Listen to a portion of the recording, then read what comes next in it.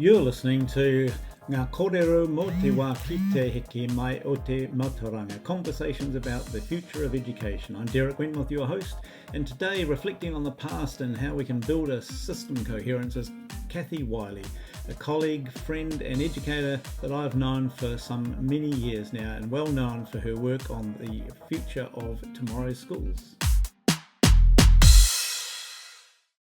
Well, tēnā koe, Cathy. It's great to have you participate in this conversation about the future of education. Really privileged to have you as someone I've known now for many years in the New Zealand education system, and of course, featuring prominently in your role with the review of tomorrow's schools, and we'll touch on some of that. But as someone who, a bit like myself, been involved in education for a very long time, thinking about the future of education, we can't help but think about the past and some of the lessons we've got and where we go into the future. So for some of the people who might be watching this, I wonder whether you'd just like to sort of introduce yourself in terms of what your career has covered. Okay. I came into educational research. I'm actually a social anthropologist by, originally, and I came into there was a researcher and there was a job at the Council for Educational Research, and I'm really interested in how institutions work for people and um, how we can improve them. And I thought education was really interesting, and I'd had a mixed educational experience myself, successful, but also seeing the cost of that for quite a few of my peers, who didn't have the same access as I did. So, so I came into educational research with quite a sense of, well, how does this whole system work, and how does it provide well for such a wide range of students. And then, so I joined NZCR in 1987, and then we had Tomorrow's Schools in 1989. And I thought, well, NZCR, that's the country's national educational research institution. We should be evaluating how this works. Cool. It's a it seemed like a moral duty to me, and so we did it we set up a study with primary schools, and I thought, well, the best thing to do is to survey principals, trustees, parents. It was too difficult, teachers, and it was too difficult to survey students, and it's complex. And there was a huge interest in the survey in the first few years. And some of the questions in that survey, I thought, well, how do we know if this has really worked? How do we know that it's actually made a difference for teaching and learning? And so I started to read a lot on the research on effective schools. And, how do we know that things have worked well? And there was a junior school study in England that, had actually gone and done some longitudinal work to see, how things were done in classes and schools actually related to student learning, which that's been key to me all the way through is, well, how do we know that what we're doing is actually making a positive difference? Right. And how does it do it if it does? Or if it doesn't, why isn't it? So, so from that, we ran those surveys yearly to start with. It was a huge. I didn't realize quite what a big undertaking it was going to be, and then we ran them every 3 years, and that provided a backbone to actually chart, just what was changing in schools and what people thought about it. And through the 1990s, of course, we were known for, our system of self-managing schools. We were. And and so I had all the, and because I had the survey research and a few other things about the changing role of principals. So I had quite a few people from overseas coming over to say, well, how is this working? And, they were just astounded that we would do this, because we were one of the few countries in the world. England was being held up as an example, but they didn't go as far as, they didn't cut schools off. No. I mean, Um, yeah. And so whenever it was really interesting to me because the questions they were asking and the fact that nobody thought, what a great idea, we'll put this in place. They were all astounded. I mean, they were all sort of, but how do schools, how do schools know what to do? How do schools keep improving? What's your training for principals? And at the same time in the 1990s, we were racing through curriculum changes. Every 2 years, there was a new Mm. curriculum, and teachers and principals were just like this, but they were also, the principals were terribly focused on property and expansion and competition. And so what you get is an emphasis on competition for students. And at that stage, you could add to your buildings quite easily if you had more students. So a lot of money got wasted. And you know a lot about IT. People were they they just got advice from somebody who knew something about computers, and off they went. And so we've got this mishmash, which made it very expensive and almost impossible to actually get a national system when we needed it. To do all the things that could leverage off IT in the 21st century, particularly. It's just the wastage of when I look back is just tremendous. Um, so that's that's how I started, and uh, I did work on leadership. I was asked to do the review of Special Education 2000, and that gave me further insight into the disjuncture but in different parts of our system. I mean, it was pretty clear, but it was just the way that things could be introduced without actually thinking about what kind of support and ongoing development and work among the different parts of the system was needed.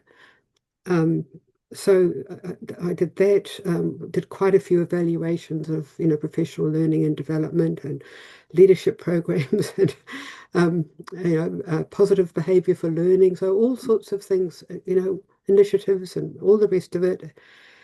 And, um, uh, by in 2000, we had a change of government, the national government, and a good thing was that there was more emphasis on doing things better for Māori students, Hekia Parata. I think that was a really good thing. But the other things that went along with that were not so good, like national standards introduced on the top of a very a new curriculum, which was great in parts, but actually lacked. It just didn't have the support that it needed. So my Robin Baker, who was the director of NZCR, she said, you should be writing a book about this. And so I was very lucky to get a Stout Fellowship, and I wrote Vital Connections, which really, and I went back to where before Tomorrow's Schools to sort of think, well, what difference has this all made? What was the system really like? Was it really so bureaucratic as it was painted? And it wasn't. Mm. I mean, this is the thing that people who don't know the system before forget. There, there was actually a lot of freedom at the local school level, and there were some connections with the advisory services and curriculum developers. And in fact, the 1987 curriculum review, if we'd been able to put that in place, I think we would have made some progress over the years, because it wasn't just about a new curriculum and here's what you do. We're giving it over to you schools, now it's up to you. It was really about connections between the different parts of the system as well. So I look at that, and when I looked back, I could see that people characterize the system as I said, bureaucratic, but actually it was under-resourced. That was, and it's still under-resourced. It has never been properly resourced for all that people want for it. And we've never made the most of what we had, so to me, I can look back, and I can just the things that I wrote about in 2012 when that came out.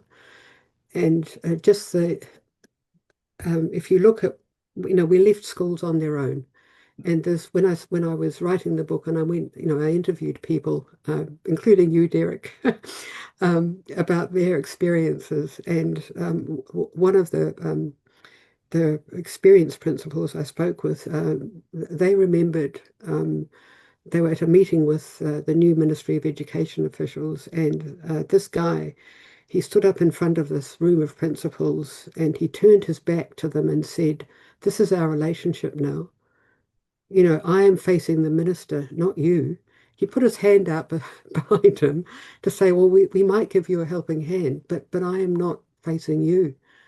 And that, unfortunately, is that's not been entirely the case with the ministry. There's been some really good things along the way, and people understanding that they needed to work in partnership, but not having the ongoing connection to be able to do it. But Cathy, if I just interrupt you there, sorry, because this is fascinating. But I think you and I've shared that similar passage of time and have those connections. And we hear often the idea of so how haven't we been able to learn from this? We seem to swing from pendulum to pendulum end. And you made a couple of comments there. You talked about how the system or the institution should serve the learner and the learning and what's happening. And certainly tomorrow's schools was an example of a system change. It was an organizational structure change. And although we had curriculum change happening sort of in parallel, the dominant kind of narrative was around this tomorrow's schools, the move towards autonomy and self-management and so forth. And the other thing that you mentioned was the kind of painting the picture of a highly bureaucratic system and needing to move away from this. And it seems that each time we get a change, there's a convenient sort of political narrative that underpins that sort of ignores a whole lot of the reality of what's taking place. And your messaging to me seems to be consistent right through all of this, that you've seen the need for that greater resourcing that you talk about, but not just the resourcing alone. You've constantly gone on about the need for stronger system connections and coherence and shared knowledge building and so forth. And I'm interested in to think about, if we look forward, because the picture that you just painted about the tomorrow's schools dilemma, early 90s, we're pretty much there again, aren't we? We've got the same overwhelm, lots of things being centrally mandated, lots of emphasis on structural changes without that sense. So where in this is the light at the end of the tunnel, Cathy? What would you think we really need to be focusing on as educators? Well, as educators, I think it's really important to be working with others outside your own school and to be identifying the sources of reliable knowledge about how to do this well, and how to do it well for your students and your staff, not and keeping to the thinking about I was going to say a moral compass, but um, building on what you've learned about what is working well and not well, but also visiting the schools that are doing it well, having good connections. It's become harder, I think, to have good advice, because one of the things that's been which is why schools need to be networking very, very well. That doesn't mean that they have to be in each other's pockets the whole time, but to be able to share what is working well, or to be able to share on different channels, this is what we've been trying, and this is what we've learned from it, and to share both the difficulties and the oh, that didn't go so well, but here's our analysis of why. The more sharing that people can be doing amongst themselves, the better, because we actually, we can learn from all of that.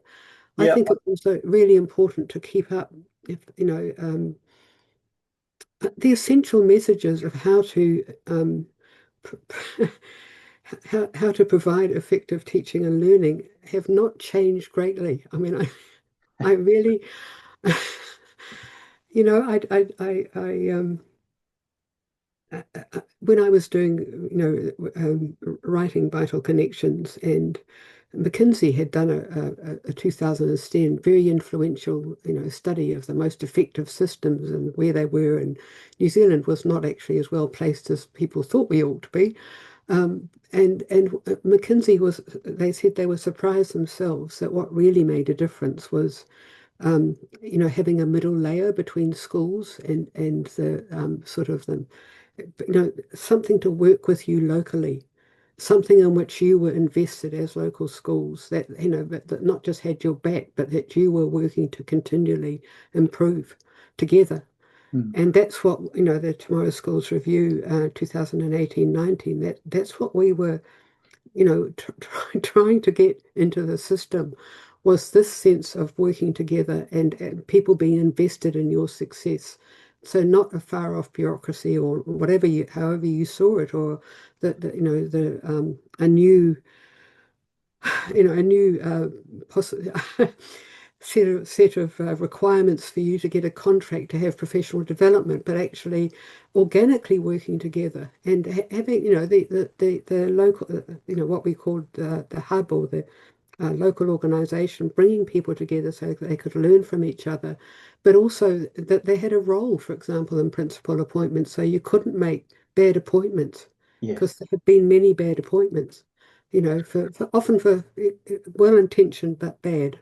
Yeah, I want to pick up a comment you made there that really resonates with me. But you were talking about one of the benefits of having that sort of local connection with others was that you end up being invested in each other's success. Now, that's Mm. not a perspective that I see or hear a lot happening. I mean, if I think about the communities of learning, which became kahuiako and so forth, it took a long time to get off the ground because it Mm. seemed that we were trying to almost force marriages happening. And then where the collaboration started to happen, it was happening in the face of competition. So there was no real investment in each other's success. It was looking, well, what ideas can I pinch and make work?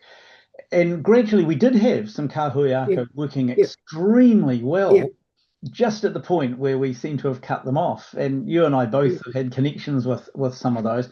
And I would say that that's the key connection I've seen as they were moving towards that idea of being invested in each yeah, other's success. yeah, Um, I'm interested, really, some of the stuff I've seen written that you've written is around that sort of generative knowledge building, I guess, which is at yeah. the heart of that. I'd be interested to hear your thoughts about if we had those things operating really, really well, what would they look like and how would they carry us into the future? Well, what they would look like, being able to, um, they would have some permanent staff. They would have people who, knew about leadership, who knew, who knew about running an effective school as well. So, people who'd come through that themselves, and people who also had really good curriculum knowledge and assessment knowledge, and how to link the two together for student success.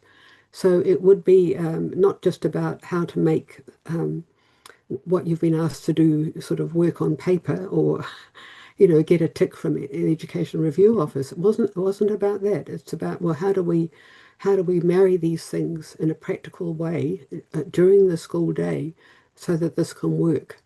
And there are schools, that can do this. I had the privilege of visiting some Te Papa school, Onehunga, just amazing. Just the way it was all knitted together. It took a lot of hard work, but that school was not well known to others. Yes. It was like, to me, why aren't people coming in? This whole thing about being able to visit each other's school and to talk through, to see something in action, and to talk through, for example, how new teachers were supported to improve, and how they didn't mind somebody in their classroom observing what was happening, and didn't mind, talking about the different students in their class and what progress they were making and people coming in with ideas. It was that kind of collaboration that joined up. So you need at the local level people who have access to um, good research. We envisaged in the Tomorrow Schools Task Force a leadership centre. So what we envisaged was a very strong curriculum centre in the Ministry of Education. I mean, it's not to have the curriculum and the qualifications together in one, Mm. government agency is it just creates extra work, and it creates extra tension and means that things don't marry up as well as they should. So what we envisaged was at the local level, we called it a hub because we were thinking about, we tried to think ecologically as well, but trying to think about something that was enriching, that supported, but also drew from what was going on. And so that there was this investment in each other's success, but not floppy, there was Yeah. some hard edge to it. Um, and then there would be connections with the National Curriculum Centre and the National Leadership Centre. And that there would be the Ministry of Education would be it would it wouldn't just be a distant thing, and it wouldn't just be sort of a bureaucratic thing. There would be links going back and forth of sharing the knowledge, so that when you built policy, it was built from learning from what was happening at this local level, but not trying to do it for 2,500 schools, because that's impractical. You actually need some kind of bringing together. So one of the things that, as I'm listening to you, comes to mind is some of the criticism that was around at the time was that it was just a return to the old education boards, for example. And I was a principal under the education boards, and I'd have to say I benefited hugely from the support that I got from my local education board in that regard. And of course, there's another parallel, and you and I both worked in places like the United States where they have school districts and other things. So there are precedents and there are other examples, but there seems to be a different dimension that you are overlaying to all of this in what you recommended. And certainly from my perspective, what we see, and that is that idea of the sort of where does the future focus lie in all of this?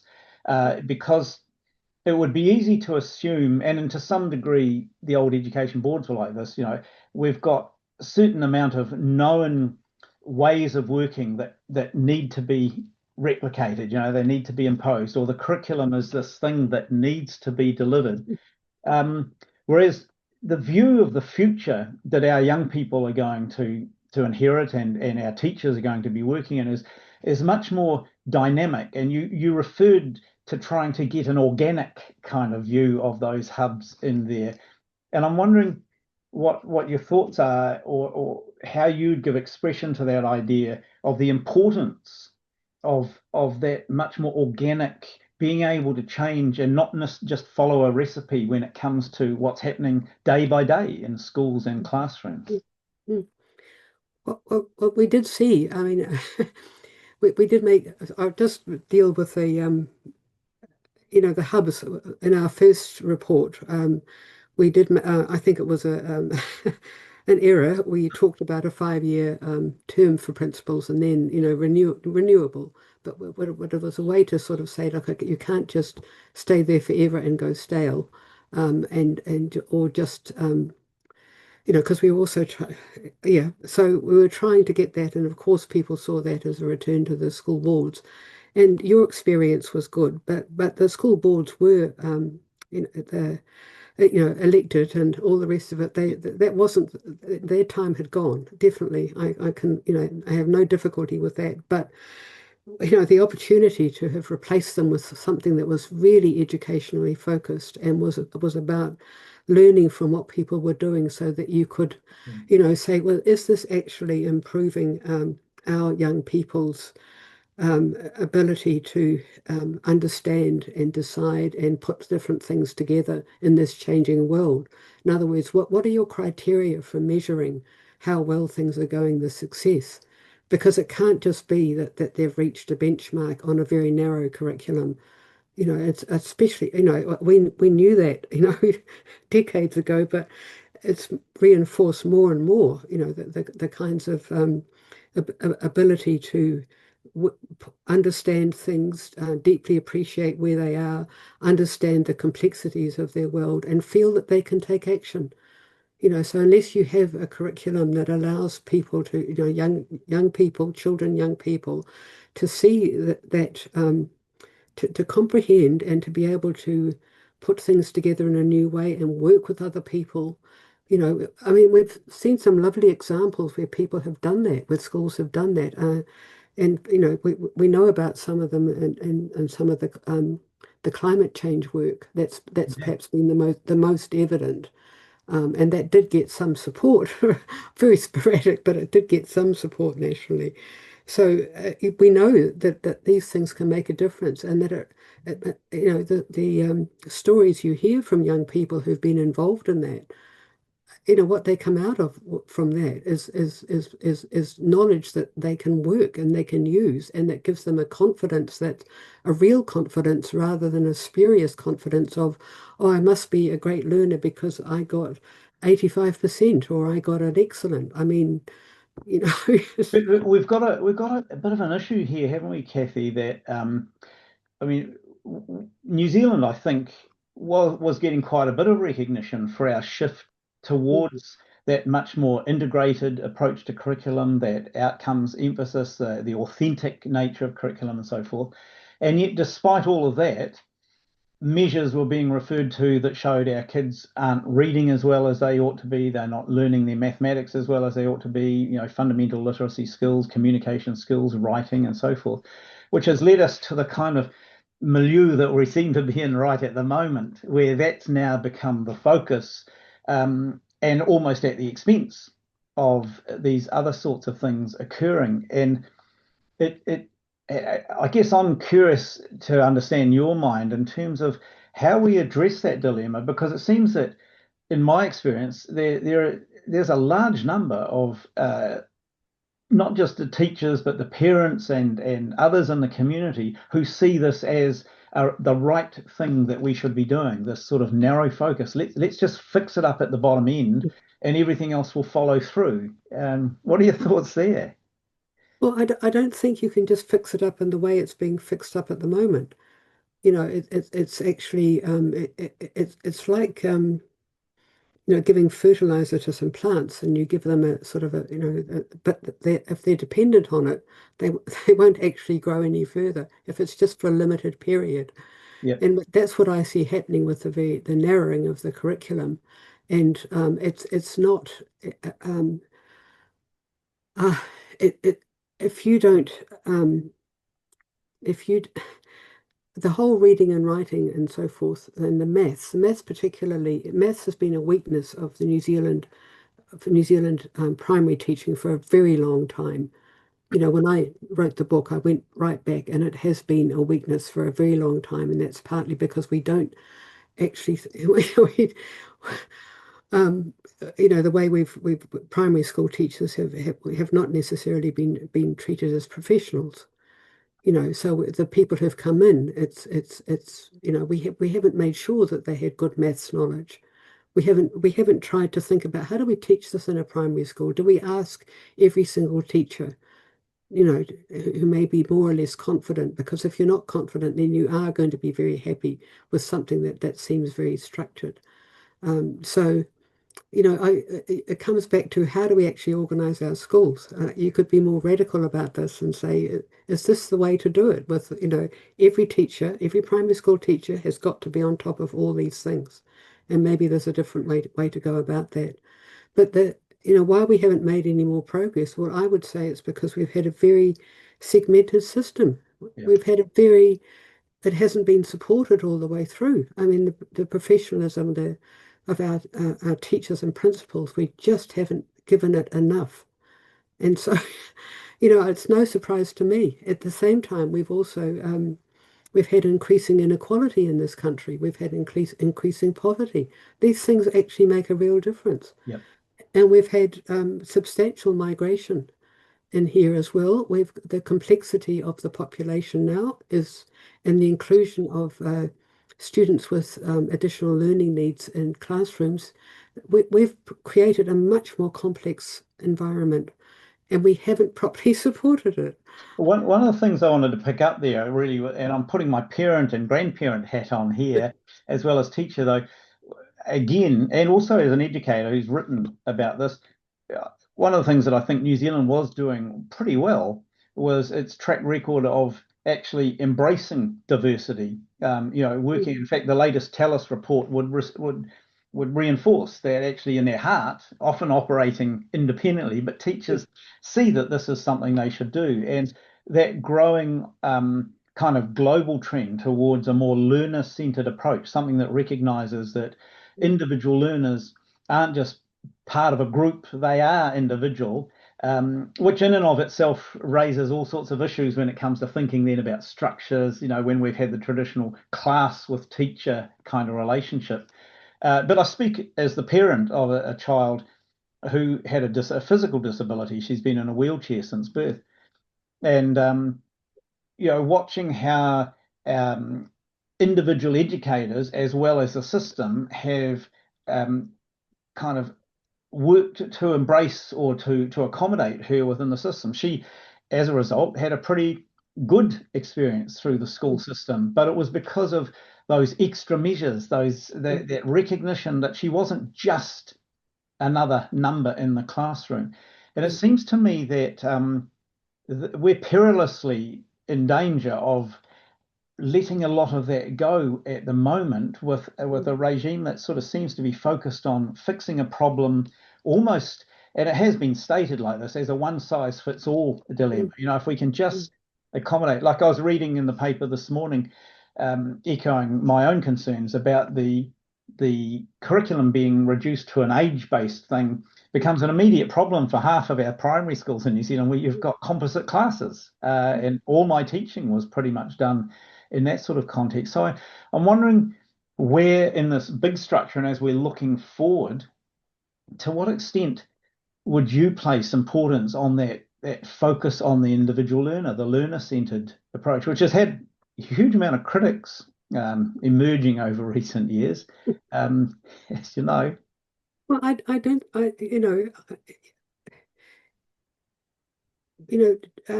good teachers and schools and principals have shown that it doesn't have to be an either or. Yeah. I mean, it's how you do the teaching and how you support your teachers and how you make sense of things and how you understand an individual learner, and what support you're given to do that, because there has been also the whole support from outside has atrophied over recent years. Yeah. So you've got fewer people to actually sit down with you and, for example, if there's a child that is struggling, to make sense of that, not just put a label on them, but to actually think about how they're operating in the classroom, to think about what it is that they're not grasping. And in a school, if you've got teachers who can work together, and in the school Te Papa that I saw, they were having meetings after school to discuss individual learners and their progress, and to talk together about what might be done, what could try next. And so that was that kind of ongoing learning. It wasn't, oh, we've failed, or this is too hard, or let's try this box. It was about, well, what what have we seen work with similar students, or what about X, Y, and Z, and what knowledge do we have, and going out to find new knowledge if they needed it. So it's that kind of approach which is inquiry based. So you're wanting that for the students, but you're wanting it for the staff as well. Yeah, you've an interesting thing you just raised there, because I was reading a reference to something. I've just got a quote here. It says, in essence, Cathy Wylie advocates for a more integrated, collaborative, and knowledge-rich education system. It was the way someone had written up, and that the word knowledge-rich suddenly tweaked in my mind, because, of course, that's underpinning a lot of our current curriculum. But I sense there's It's a quite a different. different view between the knowledge rich we get in the curriculum, what you've just expressed as being knowledge rich. Yeah. Yes, yes. I mean, the knowledge rich in the current curriculum is a very narrow. Some of the things I've read, I'm just thinking, well, I don't get this at all. And it's not that there's a defined seam of knowledge which is universal. Or, I mean, we do need students to understand, uh, good science, to understand the Sure. underpinnings of science, to actually be able to understand mathematics and do it, and they need to be able to be able to read and use language well, and to be able to, therefore, they need to understand this world of ours and how it works. They really do. Because if they don't, but if they just have a narrow band of knowledge that somebody's just decided this is all you need to know, well, that's not going to serve them very well or serve us very well. Yeah, no.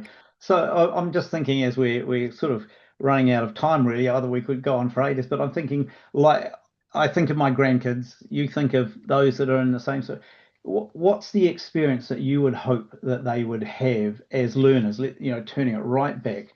If we're thinking about future focused education system. Let's think about it from the point of view of the learners. My grandkids are pretty much through the system now. I've got one left in the primary system, a couple in the secondary, others are going off to university. I've watched them grow through that. So it's perhaps even the next generation I'm starting to think about. So yeah, what would you hope their experience would be in our future focused education system? Well, I would hope that their experience it would be engrossing, that it would be like really interesting. And I feel as if I can understand and do more than I could, a little while back. I can look back and think, oh, now I get that, or I can read this now, or when somebody, an adult, is talking to me about something, I can understand and I can take part in the conversation. So what I'm hoping is that they just feel the world is expanding around them and their own sense of who they are is deepening. So I want both for that for them, and I want them to be able to relate to other people in an optimistic and confident way, rather than feeling I've got to fit in this very narrow hole if they're going to take any notice or look after me. Sure. So that's what I want. I, you've stirred one more thought in me, so I'll come back to you because when I would agree with you. I mean, and that's the answer. I've done probably not as many as you, but many interviews with parent groups and bodies, and you get the same response, right? There's not many people who turn around and say, I want my kid to be top of the heap, push Mhm. everyone down as he gets there, and earn lots of money and own a fast Ferrari or whatever. There's that sense of connectedness is actually inherent in people's wishes. But I want to just explore as we finish. There are a lot of kids we know in New Zealand who aren't in a position of seeing themselves in that way. There are societal factors, there are cultural factors, there are all sorts of systemic factors that have disadvantaged them, their family, their whānau.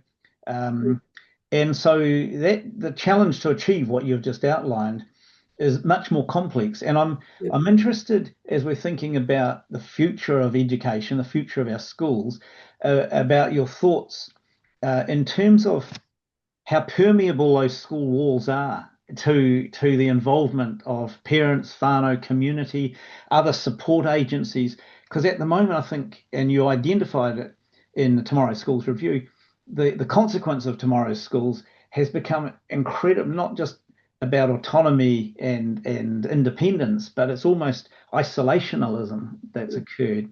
So, do you want to finish us off, as we talk, with your thoughts about that permeability? And I'm giving away here a personal disposition, I think, but I'm interested to hear your thoughts.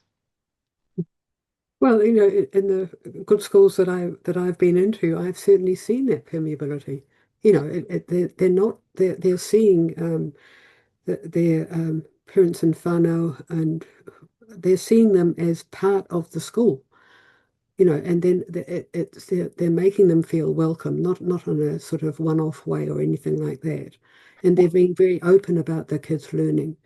And they're not trying to make it a sort of secret domain or one in which anybody needs to feel ashamed of wanting to understand more or to contribute. So they're finding ways that parents can contribute above and beyond, giving money and Yeah. that kind of Paying support. fees. Yeah. So they're actually thinking about ways that they can integrate that in a realistic way, given all the demands of parents as well. Yeah, and for some, of course, going to be a challenge in some schools, but worth pursuing because for some, you've got that intergenerational Yeah. almost avoidance of schools or sense of failure or so forth in behind that. One last thing, you've talked about parents, whānau, community thing. What about the connection with other agencies in all of that as they work on this? And I'm thinking, we often sort of hand over responsibility for kids into other areas, but what about, a much more sort of blended or integrated whole of system sort of view that connects the support that family and whānau need? Well, that would be an ideal. You know, community schools, as they've been called, have that was one of the things that we talked about in the Tomorrow Schools review, and we gave them some support.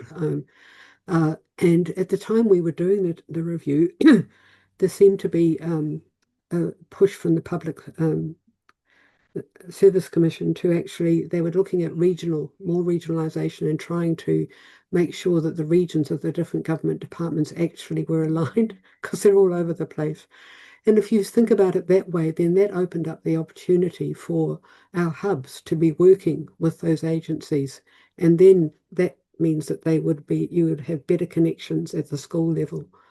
So I like the way you brought that back to the hubs really there because I guess even in my questioning or my inquiry there, I was still focused on the individual school and lumping yet another thing on the school. But this is where the network must work, right? yes, Yeah, yeah, yeah. yeah. Oh, look, Cathy, this has been an inspiring little conversation, and we could keep going down rabbit holes and exploring further, but you've given me some really useful insights there about the future of Mhm. education, and particularly how important it is that we assess and evaluate and appreciate what's gone on in the past to help inform where we might go in the future. So, Yes, yeah. thanks so much for participation. I wish you well, and have a You great too, Derek. Yeah. Kia ora. day.